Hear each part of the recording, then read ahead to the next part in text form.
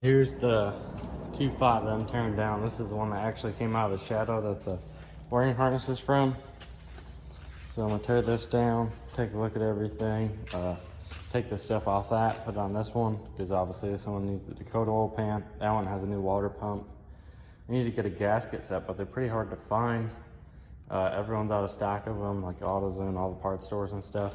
Because I need the turbo one, because the turbo valve cover takes a special gasket. It's like a one-piece O-ring gasket, and the steel ones on the NA cars just take like a cork gasket. But see, you can still see some cross hatching. It's got a little rust now just from sitting, but I'm gonna run a hone through it, and I think I'm just gonna run it. I don't really want to spend a ton of money on it. I think it should survive 15 pounds. That'll be close, because these stock pistons don't really take a lot of abuse, even though these are the turbo ones. But I'm gonna flip it over for you guys, pull it off, and we can pull the pistons out, and I can show you guys about it, or how the bearings and stuff look in this one, which will determine a lot. So you don't have to take the big bolt out in the middle. That just holds this. Well, this really doesn't do anything, because I don't think it put pressure. See? Oop, right there. Just the 5 bolts hold that on. So unless that's part of, yeah, that's all one piece. So it just holds that cog on, or gear, whatever it's called. For the timing belt, I guess the crank pulley, I don't know. But yeah, just don't bother about taking that big bolt out. That's what this part was for. So I forgot how much training fluid was in this thing and dumped that on the ground. But anyways, here's the bottom end of this turbo engine. So you see balance shafts. They obviously have to be deleted for the Dakota, because the oil pan's like pretty much just high enough to clear it. But like the main caps and the rotating assembly. So that's definitely not gonna work. That's gotta go. I think they make like kits. It's probably just an oil galley plug, and then or I don't even know if it's that sitting down in the oil, so I might just be able to delete it. Not worry about anything, but I mean, most stuff's pressurized oil. So got to change the pickup tube to the Dakota pan one. Yeah, look at all that training fluid just ready to be spilled out. And yeah, I'm gonna get this stuff off, and then we can get a better look. So I got the crank sprocket off. I didn't have a keyway in it for some reason, unless it fell out when I was pulling that off, but I don't see it anywhere on the ground. But these are a common block, so it's the later blocks. That's why the crank says 2.5 on it, because these blocks are the same as the 2.2. Just the piston and the crank's different. I'm pretty sure the rod's the same also. I don't know if they made any 2.2s in the later years, because this is a 91. I think the Daytonas were still 2.2s, if I'm not mistaken. The 2.2s were always the performance engine for some reason.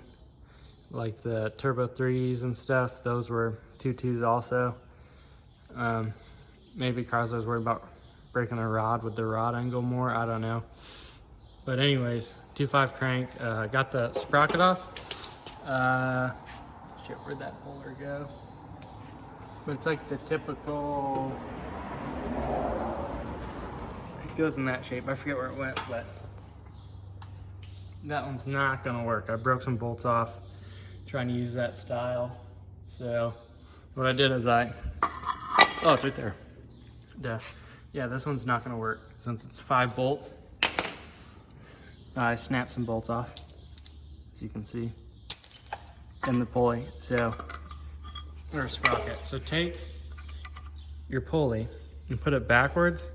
Take some washers and some bolts, long bolts, and you can pull it off by that. So if you use a normal pulley, I didn't know this, I thought that was the end of the crank, but you see in there, if you push on it, it's not gonna do anything. So we're just gonna snap the bolts every time.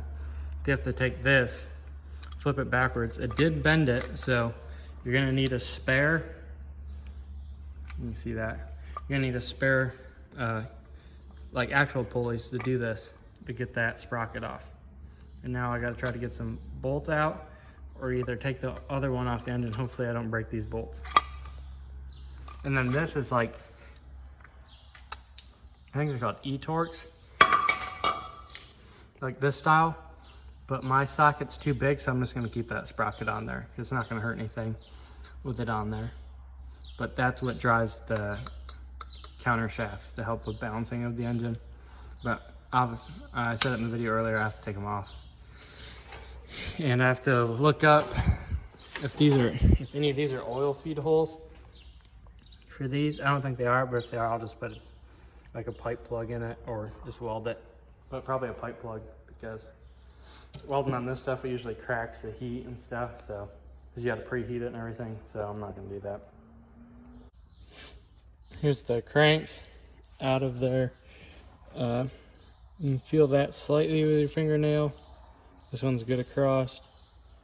That one you can feel slightly right there where that discoloration is. Smooth, smooth, smooth. You can't really feel that one, but you can see it. Smooth. There's a little scratch right there. You can see it.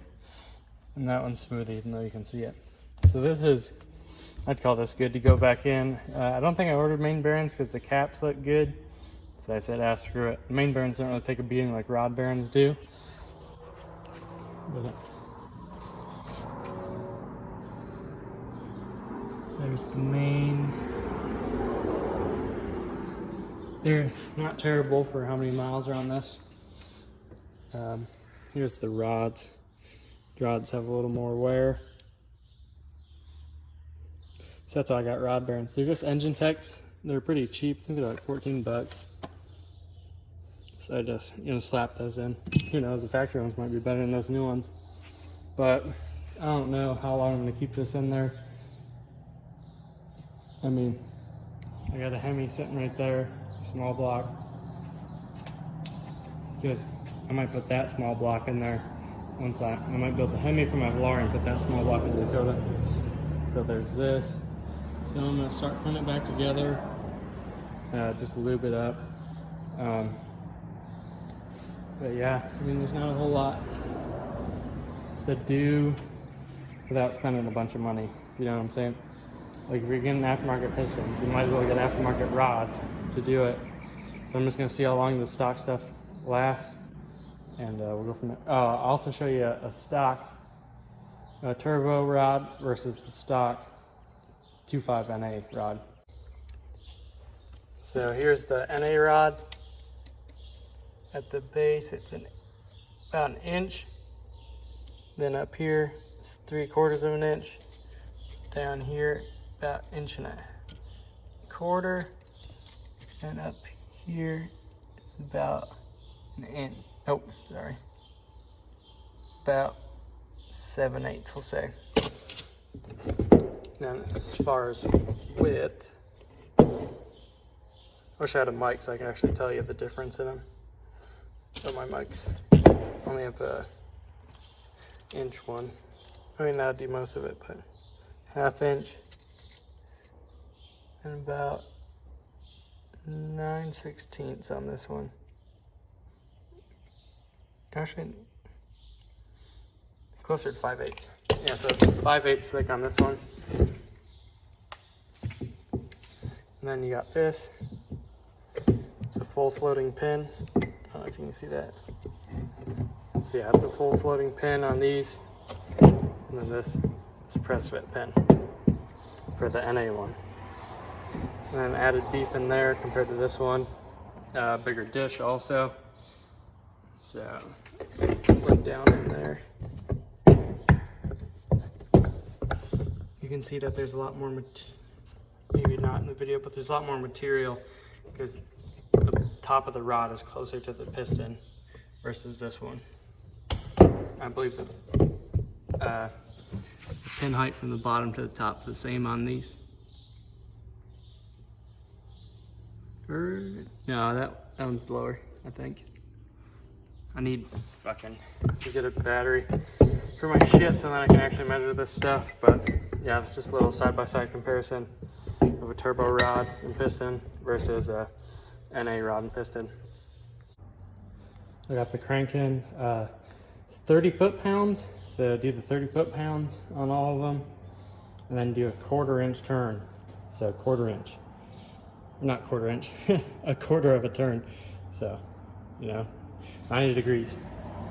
And then it's good to go. These are like one-time use bolts, but you know, we're just gonna run it. Can't be scared of one-time use bolts. But that's what they say on like forums and stuff. I know if you're reading the service manual for the heads, it says you can reuse them. There's a test to do. I didn't even do that. I mean, some of these dip feel softer than others, which is a little worrisome, but I mean, crank spin's fine. I'm sure it'll be fine. It's only 15 pounds of boost, and it's 5-bolt main, so it's as much as the V8. I mean, the caps aren't the same size as a V8, but my point is it should be able to hold 200 horse pretty easily with this setup. Oh, that's my new shop cat too. But yeah, spins freely. Use lots of assembly lube. Can't have too much, and we're good there. Also, everyone's out of like, I think it's Molly who makes the gasket set for the factory. So I found this one on Rock Auto, which I fucking hate Rock Auto, but it's the only place that had one. So here's the part number, AFS 11007, and that's for the turbo one. This is the only difference, as far as I know, between the turbo one and the normal one, is this valve cover gasket. Is the turbo valve cover uses that style. That comes with a Viton seal. I don't know how much it was. I think it was like 40 bucks. And the Molly one, even without a stock, it will still show the price on stuff. It's like, I think like 110 or something like that. So super expensive. I never even heard of this brand, Apex. I think it said made in Taiwan, so it's some Chinese bullshit. It comes with valve seals. Definitely not gonna use those, because I'm not pulling this head apart. Could if I wanted. Here's the head gasket. We'll try it out. It's pretty easy to change the head gasket on these, so we'll try that out. I have a Velcro intake gasket, an exhaust gasket, so I'm gonna use that instead of this. And I also have, it came with like the 2-piece intake gasket. I have a 1-piece, so that doesn't matter. But if someone needs one of those, you can message me and send it out. Here's it, everything in the kit laid out.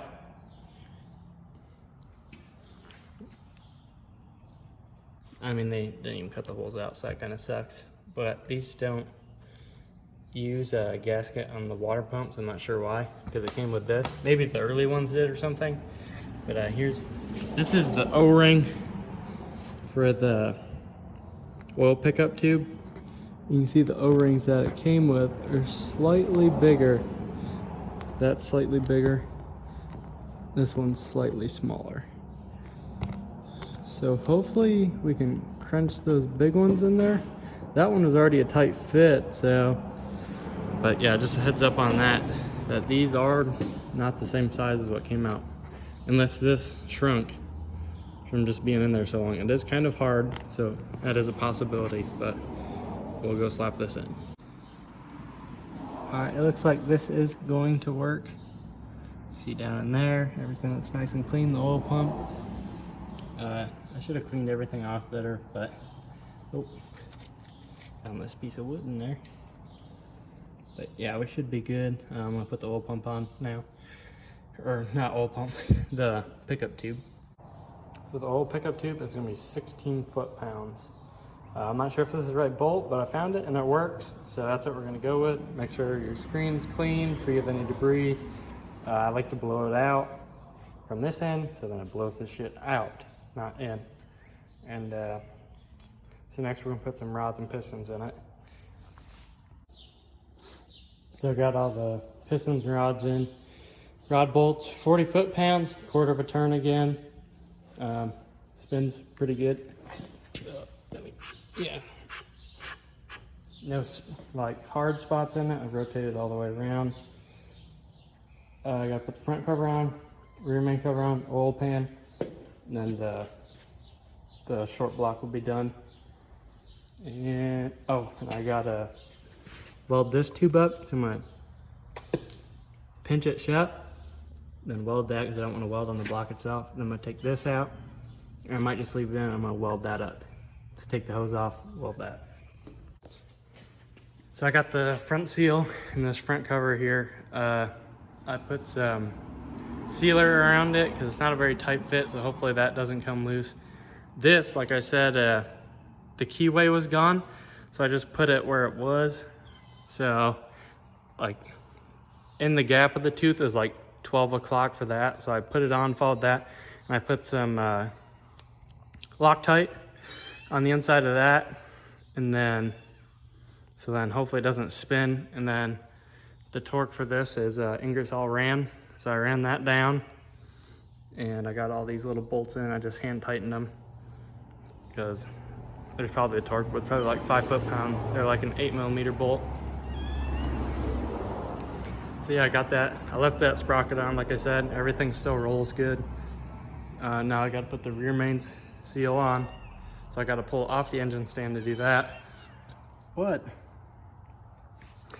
So I got to pull it off the engine stand, put that on, and then I can put the oil pan on. I got to clean the oil pan and everything, and I'm gonna sand it down and paint it whatever color I paint the engine.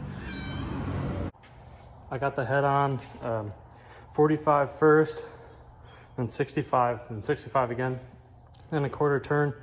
You're supposed to replace these bolts also. This is actually my second time reusing these. Some of them are from when I took this engine apart, and then some of them are from when I took that one apart. So I rounded some of the heads off because I got a Craftsman 12-point socket and it fucking sucks. Apparently these cam caps were loosened up. I don't remember doing that. It was also at the junkyard, so maybe someone else did, but I'll probably pull that off and inspect that, put some assembly lube on it. I got all this stuff assembly lubed up, all contact points, everything, all the rollers and stuff. You can't really see it, but yeah. And I mean, they're rollers, so it's not a huge deal, but it just makes me feel better. These are 215 inch-pounds. So you do that divided by 12, and that's how many foot-pounds it is. It's 17.9 something foot-pounds. So just do 18 foot-pounds. I don't know why they couldn't just put that instead, but that's, and also earlier I didn't know what this was. That's what this is, the rear cam seal. Got the front cam seal in. I'm actually painting the sprocket. I'll show you that real quick.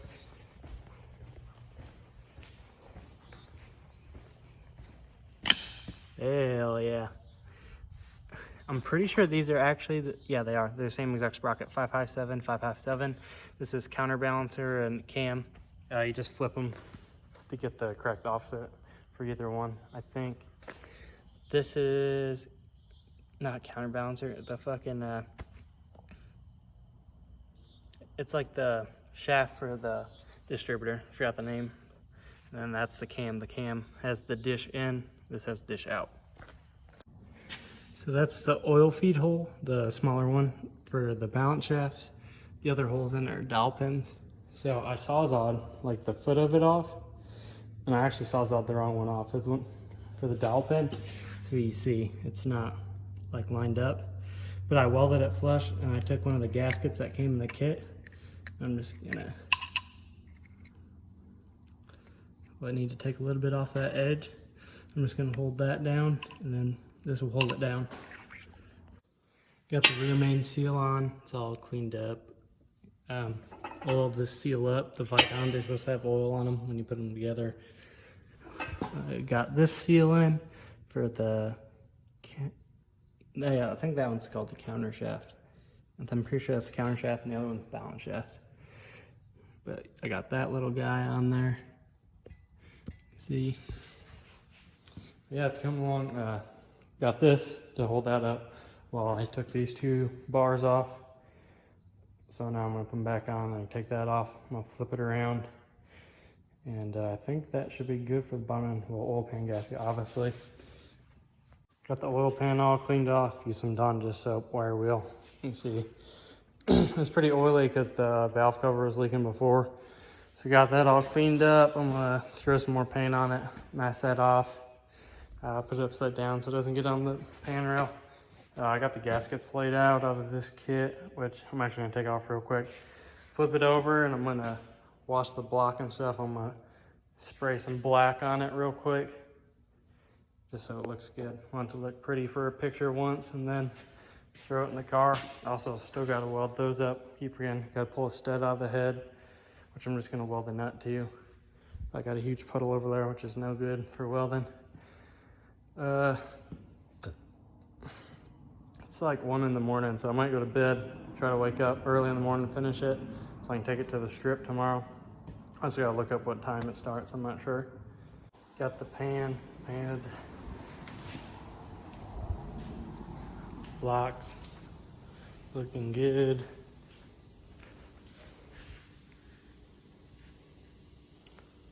I just threw that, or kept the old filter on. I actually took it off and dug it out of the trash, put it back on. Just obviously so it's not on the gasket surface. Have a rag stuck down the distributor hole. Should tape that off, but it'll be fine. The water pump mating surface. Yeah, I'm about to pull the tape off and I'll show you guys once I get the pan bolted up. I gotta find the bolts that go to this. I got it all together. I timed it. You can see it easier when it's not in the truck. So that's supposed to be at 12. So that's actually a tooth off now. But that goes at 12 o'clock. And it lines up with that little one right there, with the 2 broke off bolts in it. Need to get those out. Probably won't. And yeah, that's a tooth off. I ran into a problem. As you can see, the Dakota motor mounts, they're not drilled. The bosses are there, so I gotta drill myself. And got the intake on, exhaust on. It actually has all the bolts this time. You can see up in there. Some of them were pretty tricky to get to with the exhaust I built. But yeah, I've gotta drill those holes out. I have the tap here, but yeah, that's where we're at. Another update, I actually had to pull the studs out of the NA head, put these in because these only have the bottom rib. So only these side ones have it, and one was broke off, so I welded a nut on, got that off. The tap size, not for this side, but the other side, spin it around. For this side is 12 millimeters by 1.75, and I didn't do it deep enough for the actual bolts. There's still plenty of thread in there, but I just had to throw some washers on there. I went to the hardware store and got these bolts. They're 6 millimeter bolts, 6 millimeter by 1. They got a 10 millimeter head on them. I just used the washer just so they didn't dig in. And yeah, I cleaned this all up. This is the timing indicator. And yeah, so we're getting closer. Gotta put the clutch on and indicate the input shaft for the transmission. God, that cat's annoying. I got it in the truck. I still need to get my tranny cross member in, tighten up the motor mount bolts, alternator mount, pulley. I need to find my other pulley because I bent the one. So hopefully that wasn't the one that I had, or else it would be fucked. But I mean, if I just run it at the track, it'll be fine. I won't need alternator. Oh shit, I do, because that's what also runs the fucking water pump. God damn it. Yeah, so I need to do that. I broke a bolt on that mounted the pressure plate, but I actually got it out with the Harbor Freight like left hand fucking drill bit set or whatever. It was an easy out, but I just used the drill bit and it came out. So I put another bolt in, got all the bolts in that. Just tighten up with impact. The flywheel itself, one of the fucking I lost one of the bolts to that somehow that goes to the crank. So it has one of the automatic ones, which is slightly shorter, but it still has plenty of thread engagement. I ran that down with my 1/2 inch impact, so whatever torque that is. Trying to think of what else I've done. I put the oil sending unit in there, or well, just the oil tee. The one that sending unit's gone. I'm gonna hook it up now just to make sure this thing has oil pressure. dipstick's got to go in, thermostat housing's got to go on, temperature sensor has to go in, goes in down there. But it's coming along. It's 3 o'clock right now and they got 2 hours till they open. I mean, I don't have to be there when they open because, well, it's just testing too, but I'd like to be there early. I got it going. I don't have the water or anything like that, something like that. But, yeah, it's going. So we just got oil coming from all over. Can't really see where it is. Looks like it's coming from up there and then rolling down onto the tranny. Not sure what that would be. I have to get some far look into it, but let's put the tranny on, or the fucking, goddamn, so tired, lost my train of thought, but like the rod that goes in the slave cylinder, that dropped, so I had to cut a big ass hole with a hole saw in the bottom of the transmission to get it out. I'll save it so I can weld it back on someday. Probably gonna do that. Yeah, it's just pissing oil out right now. Saw it run. Trying to think what else happened. It's about all I can think of right now. Kind of just burn out right now. Probably not gonna go to the track because I'm tired as hell, and obviously there's some problems. Burnt the fuck out of myself on the battery terminal. The distributor was 180 out, so it wasn't starting at first, which I kind of figured it would be. Yeah, I want to do some cleaning up before I take it out. I'll probably do some test hits. I have like an app that tells you like quarter-mile times, so I'll probably do that. But there's still a lot of shit to do, and it's already 5:30. I mean, they run to 11, but I'm not gonna bust my ass all day and night to go like for an hour or something. So, yep, that's where we're at right now. So somehow, like an idiot, I lost the nuts to that clamp. One of these nuts might work, I haven't tried yet. I need to tighten up this bolt. Definitely like a retard. I lost the fucking petcock down there. I have no clue where that is. No clue at all. I looked around the engine bay. I don't know where it went. But I dropped some hood bolts down there, so I'm doing pretty good. Forgot to put the thermostat in. Did good on that. What else? Oh, I did figure out the hole though, so I have one accomplishment. I got the exhaust back on. None of this stuff's tightened up. I need to find a better way to route the wires without the cables and hoses to make it look better. With all this stuff, I don't want it rubbing on it when the tire turns, obviously, too. Let me show you where the hole is. I destroyed my garage trying to like rush to get this shit together. So that hole, you can see, maybe you can see better. Yeah.